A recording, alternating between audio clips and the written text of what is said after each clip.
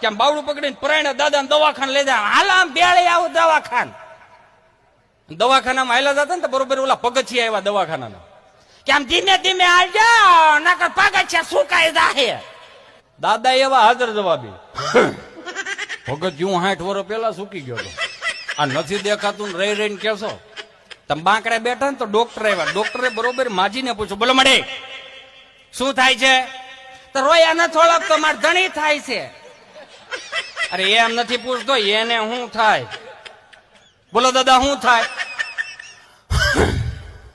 આ જમણો પગ હમણાં બહુ કળે છે, રાતે બહુ તોડ્યું કરે છે અને તૂટે છે બહુ. કે કેટલા વર્ષ થયા તમારા? તો કે 80 વર્ષ. તો કે 80 વર્ષે હવે દુખે, હવે કળે, હવે તૂટે. 80 તો ભેળો ડાબ હોય છે, પણ મારો દીકરો હારો હાર હાલો જાય. નકર હાલતા બે હારે શીખે ને કે વાહ મોટ તો નથી શીખા.